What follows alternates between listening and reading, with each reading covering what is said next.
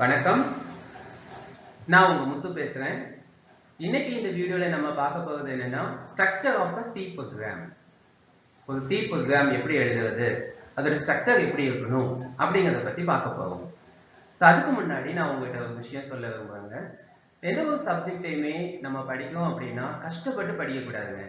இஷ்டப்பட்டு படிக்கணும். இஷ்டப்பட்டு படிச்சோம் அப்படின்னா கஷ்டமே தெரியாது. நம்ம MP டெக்னாலஜிஸ் சேனலோட நோக்கமே இஷ்டப்பட்டு படிக்கிறது தாங்க. ஜாலியா படிக்கலாம். இப்போ நம்ம பார்க்க போறது structure of a C program. இப்போ நம்ம ஒரு சிம்பிள் C program பார்க்கலாம். இந்த ப்ரோக்ராமோட நேம் என்ன கொடுத்திருக்கோம் பாருங்க. File name welcome.c. welcome.c. இந்த ப்ரோக்ராமோட லைன்ஸை பாருங்க. ஒன் பை ஒன்னா பார்க்கலாம். ஃபர்ஸ்ட் லைன் என்ன கொடுத்திருக்கோம்னா டபுள் ஸ்லாஷ், ரெண்டு கோடு கொடுத்திருக்கீங்க, ஃப்ரண்ட் ஸ்லாஷ் அது. Okay, double slash my first C program, my first C program அப்படின்னு கொடுத்திருக்கோம். இது என்னதுன்னா டாக்குமெண்டேஷன் செக்ஷன். இது என்னது டாக்குமெண்டேஷன் செக்ஷன். அப்படின்னா என்னங்கிறத பின்னாடி நான் உங்களுக்கு சொல்றேன். அடுத்த லைன் பாருங்க, hash include angular brackets குள்ள, அதாவது இந்த less than symbol greater than symbol குள்ள stdio.h அப்படின்னு கொடுத்திருக்கேன். அதுக்கு அடுத்த லைன் பாருங்க, hash include angular brackets குள்ள conio.h அப்படின்னு கொடுத்திருக்கேன். conio.h அப்படின்னு கொடுத்திருக்கேன். இந்த ரெண்டும் என்னது அப்படின்னா preprocessor section. preprocessor section அப்படின்னா என்ன அப்படிங்கறதையும் நம்ம பின்னாடி அடுத்த ஸ்லைட்ல பார்க்கலாம். அதுக்கு அடுத்து பாருங்க int main opening bracket closing bracket. அடுத்த லைன் opening curly braces. அடுத்த லைன் பாருங்க CLR SCR opening bracket closing bracket semicolon கொடுத்திருக்கேன்.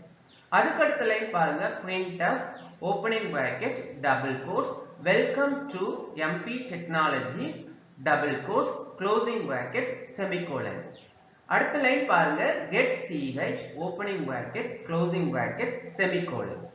அதுக்கு அடுத்த லைன் பாருங்க return 0. லாஸ்ட் லைன் பாருங்க closing curly braces. இதுல பாத்தீங்கன்னா int mainல இருந்து closing curly braces வரைக்கும் உள்ளது என்ன அப்படின்னா main function. அதுதான் நம்ம என்ன சொல்றோம், main function அப்படின்னு சொல்றோம். அப்போ இந்த ப்ரோக்ராமை பாத்தீங்கன்னா மூணு செக்ஷன் இருக்கு. Documentation section, preprocessor section, main function. அப்போ ஒரு ஸ்ட்ரக்சர் ஆஃப் a C ப்ரோக்ராம்ல மூணு செக்ஷன் தான் இருக்கானா? இல்லைங்க, இது போக ரெண்டு செக்ஷன் இருக்கு. அதை நம்ம பார்க்கலாம். பாருங்க, இதுதான் ஒரு complete structure of a C program. Complete structure of a C program. It consists the following sections: documentation section, preprocessor section, global declaration section, main function, subprogram. Number 1, documentation section, preprocessor section, global declaration section, main function, subprogram. அவ்வளவுதாங்க. இதுதான் ஒரு complete structure of a C program. சரி, அப்போ ஒரு program எழுதணும்னா இந்த 5 செக்ஷனும் கண்டிப்பா எழுதணுமா? இல்லைங்க, தேவையில்லை. அதாவது நீங்க preprocessor செக்ஷனும் மெயின் ஃபங்க்ஷனும் கண்டிப்பா தேவை, மேண்டேட்டரி. ஒரு ப்ரோக்ராம் எழுதணும் அப்படின்னா நம்ம preprocessor செக்ஷனும் மெயின் ஃபங்க்ஷனும் கண்டிப்பா தேவை. Documentation section, global declaration section, அப்புறம் சப் ப்ரோக்ராம். அது தேவைப்பட்டால் நம்ம யூஸ் பண்ணிக்கலாம், தேவைப்படல அப்படின்னா நம்ம விட்டுடலாம். ஓகேயா? அடுத்து பாருங்க, இதுல உள்ள ஒவ்வொரு செக்ஷனை பத்தி நம்ம டீடைலா கொஞ்சம் பார்த்துக்கலாம். Documentation section. the documentation section எதுக்கு யூஸ் ஆகுது அப்படின்னா this section is used to leave a command or note about our program. இப்போ ஒரு ப்ரோக்ராம் எழுதுறோம் அப்படின்னா அந்த program should be able to describe itself. நான் ஒரு ப்ரோக்ராம் எழுதுறேன், இப்போ நீங்க அந்த ப்ரோக்ராமை படிக்கிறீங்க அப்படின்னா என்னது இது அப்படின்னு இருக்கக்கூடாது. ஓகே, இந்த ப்ரோக்ராம் இந்த டாஸ்கை கம்ப்ளீட் பண்றதுக்காக பண்ணியிருக்காங்க. ஓகே, இதுல இந்த லாஜிக் யூஸ் பண்ணியிருக்காங்க, இந்த பர்டிகுலர் கண்டிஷனல் ஸ்டேட்மெண்ட் இதுக்காக யூஸ் பண்ணியிருக்காங்க, ஓகே, இந்த ஐட்ரேஷன் ஸ்டேட்மெண்ட் இதுக்காக யூஸ் பண்ணியிருக்காங்க அப்படின்னு பார்த்த உடனே புரிஞ்சுக்கணுங்க. அதுக்கு தான் நம்ம எதை யூஸ் பண்றோம் அப்படின்னா இந்த டாக்குமெண்டேஷன் செக்ஷனை யூஸ் பண்றோம். இந்த டாக்குமெண்டேஷன்ங்கிறது ஒன்றும் இல்லை, to leave a comment about our program. to leave a note about our program. நம்மளோட ப்ரோக்ராம்ல உள்ள ஒவ்வொரு ப்ராசஸையும் என்னென்ன பண்ணுது, ஒவ்வொரு லைன் என்ன பண்ணுது, லைன் பை லைன் நம்ம வந்து டாக்குமெண்ட் எழுதிடலாம். ஸோ அது வந்து கண்டிப்பா ரொம்ப யூஸ்ஃபுல்லா இருக்கும். ஸோ இந்த documentation sections are written using /or /* and */. So இந்த // எதுக்கு யூஸ் ஆகுது அப்படின்னா சிங்கிள் லைன் கமெண்ட்டுக்கு. இப்போ நான் ஒரு சிங்கிள் லைன்ல தான் கமெண்ட் கொடுக்க போறேன் அப்படின்னா நான் // யூஸ் பண்ணிக்கலாம். இல்லை நான் ஒரு பேராகிராஃபா கமெண்ட் கொடுக்குறேன், மல்டி லைன் கமெண்ட் கொடுக்குறேன் அப்படின்னா /* கொடுத்து என்னென்ன லைன்ஸ் கொடுக்கணுமோ அதை கொடுத்துட்டு அப்புறம் */ கொடுத்துக்கலாம்.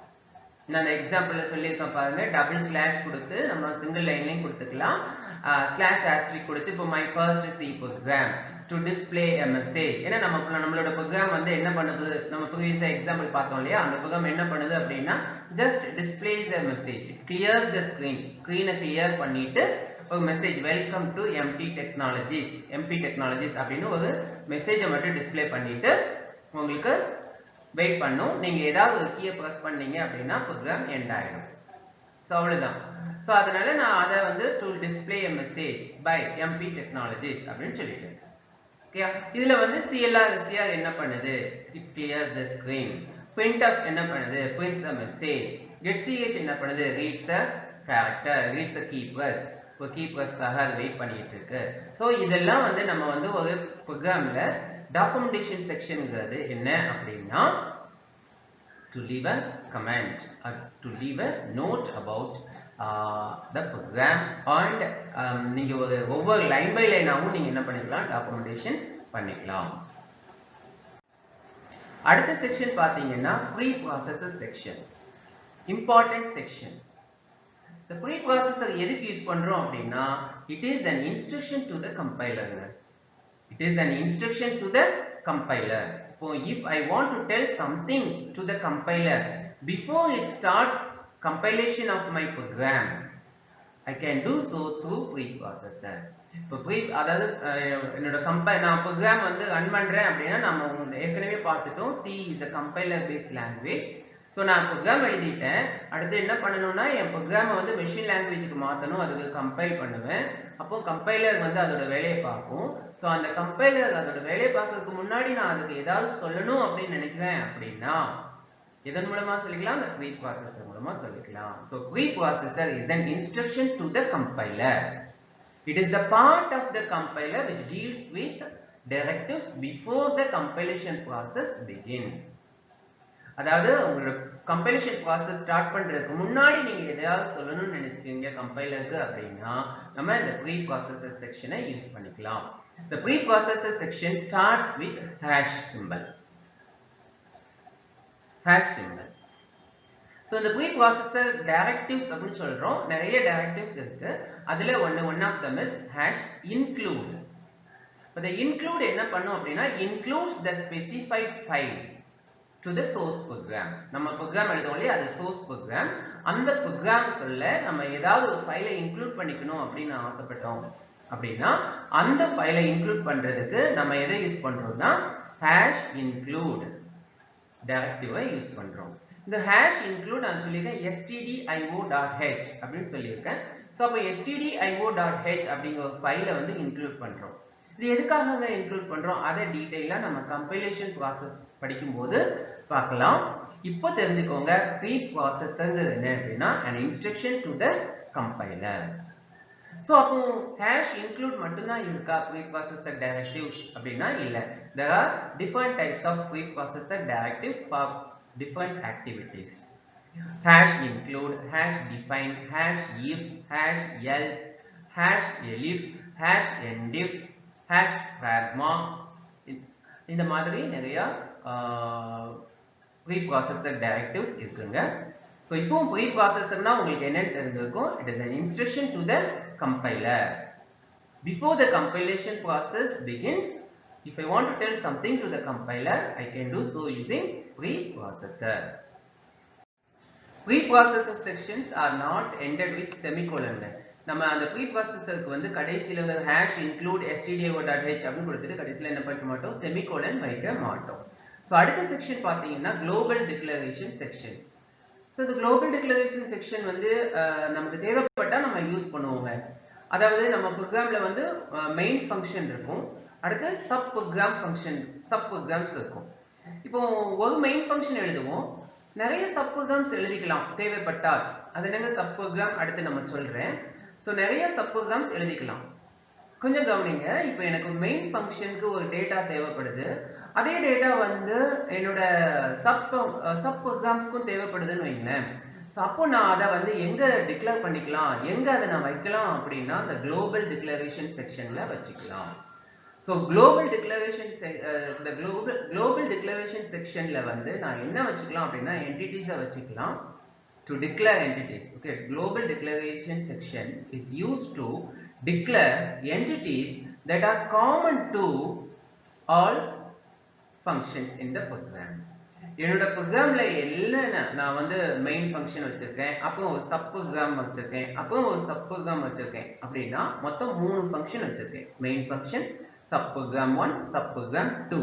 எனக்கு இந்த 3 ஃபங்க்ஷனுக்கும் காமனா சில என்டிட்டிஸ் தேவைப்படுது அப்படின்னா அந்த where will I put the entity அப்படின்னா இந்த global declaration section. So global declaration section அப்படிங்கிறது ஒரு area where we can declare. It is an area where we can declare entities that are common to the entire program. அந்த whole programக்குமே வந்து அது காமனா இருக்குங்க. So இந்த entity சொல்றோமே, அந்த entity என்ன அப்படின்னா entity may be variable or constant or array or structure or union or a function declaration எதுவாகவும் இருக்கலாம். இந்த குளோபல் டிக்ளரேஷன்ல நான் இந்த மாதிரி விஷயங்கள் எல்லாம் வச்சுக்கலாம். அடுத்து பாத்தீங்கன்னா main function. So the main function வந்து important. It is the main function in which the execution of the program begins. இங்கதான் வந்து நீங்க ஒரு ப்ரோக்ராமை எக்ஸிக்யூட் பண்ண போறீங்க, ரன் பண்றீங்க, கம்பைலேஷன்லாம் சக்சஸ்ஃபுல்லா முடிச்சாச்சு, நான் ரன் பண்றேன் அப்படின்னா this is the starting point of the program's execution. Main function வந்து it is the starting point of the program's execution.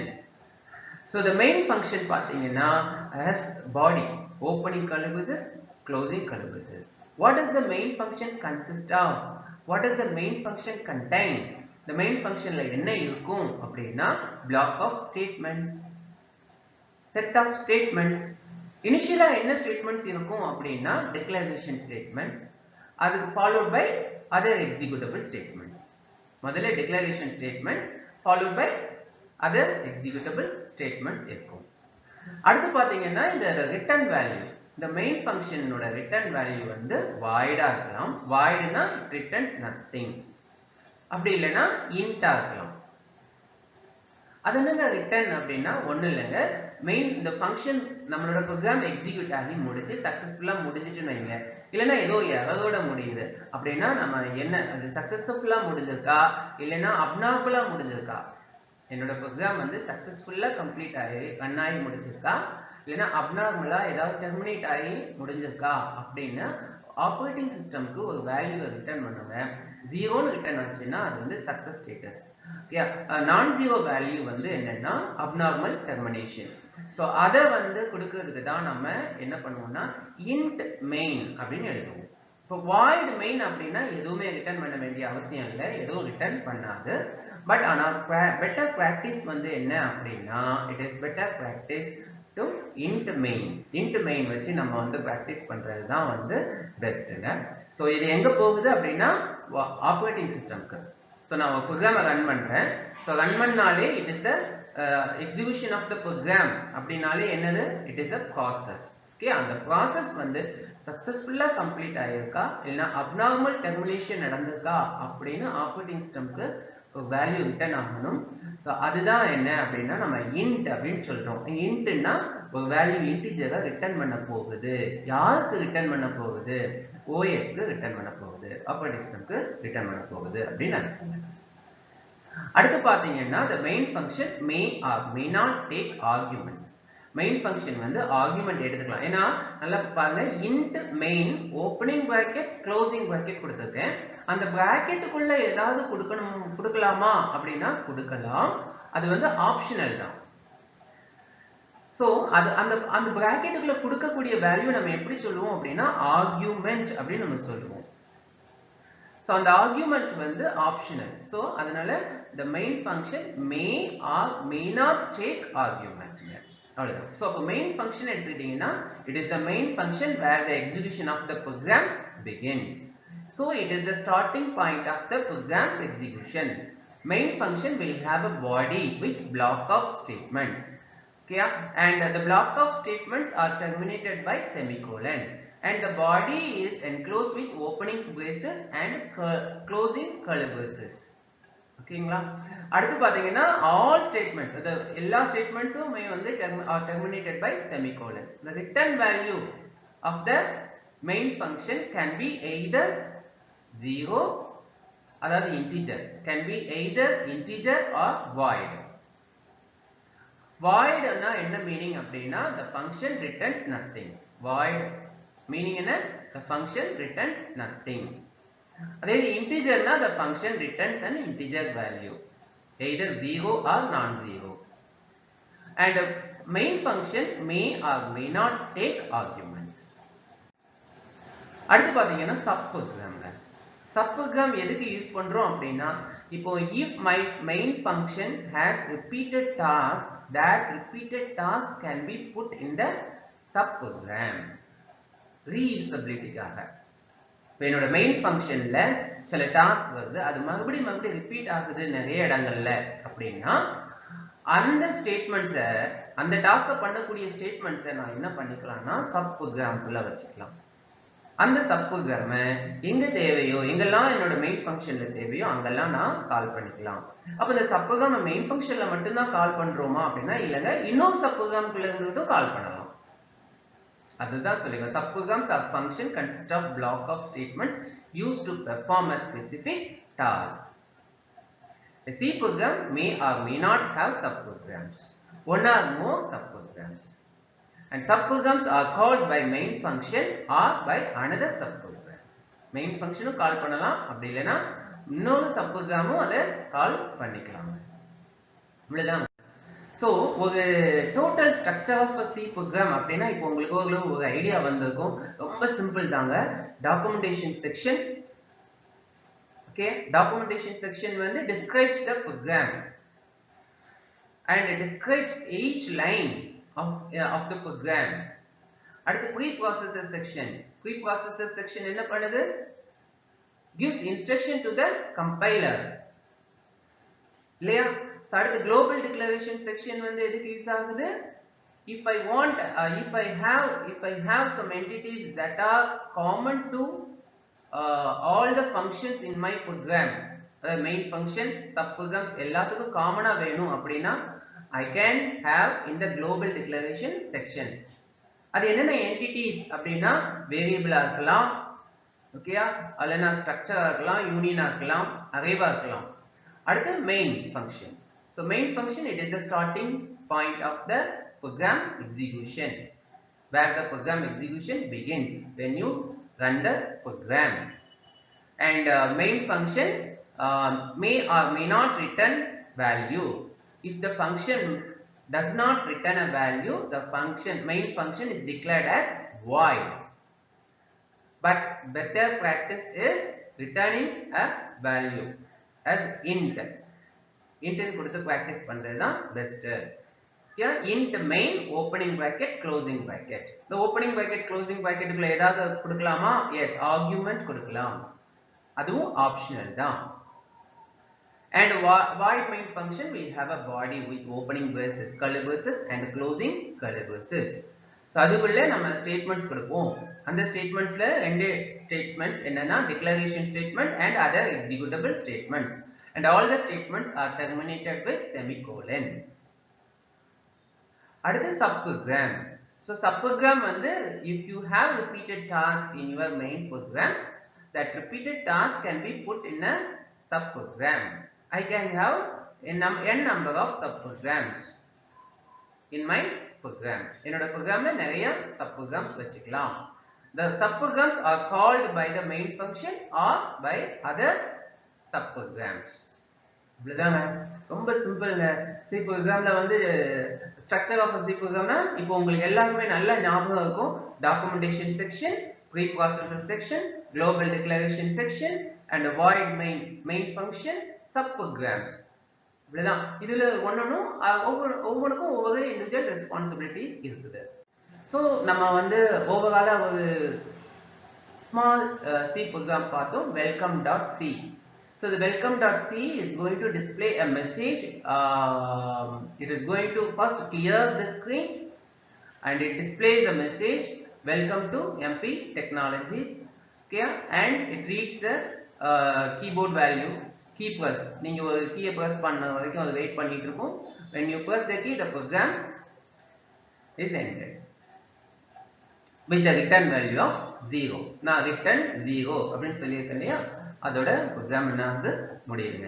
So என்னோட இந்த வீடியோ வந்து உங்களுக்கு பிடிச்சிருந்ததுன்னா ப்ளீஸ் லைக் பண்ணுங்க, ஷேர் பண்ணுங்க, மறக்காம சப்ஸ்கிரைப் பண்ணுங்க. நன்றி.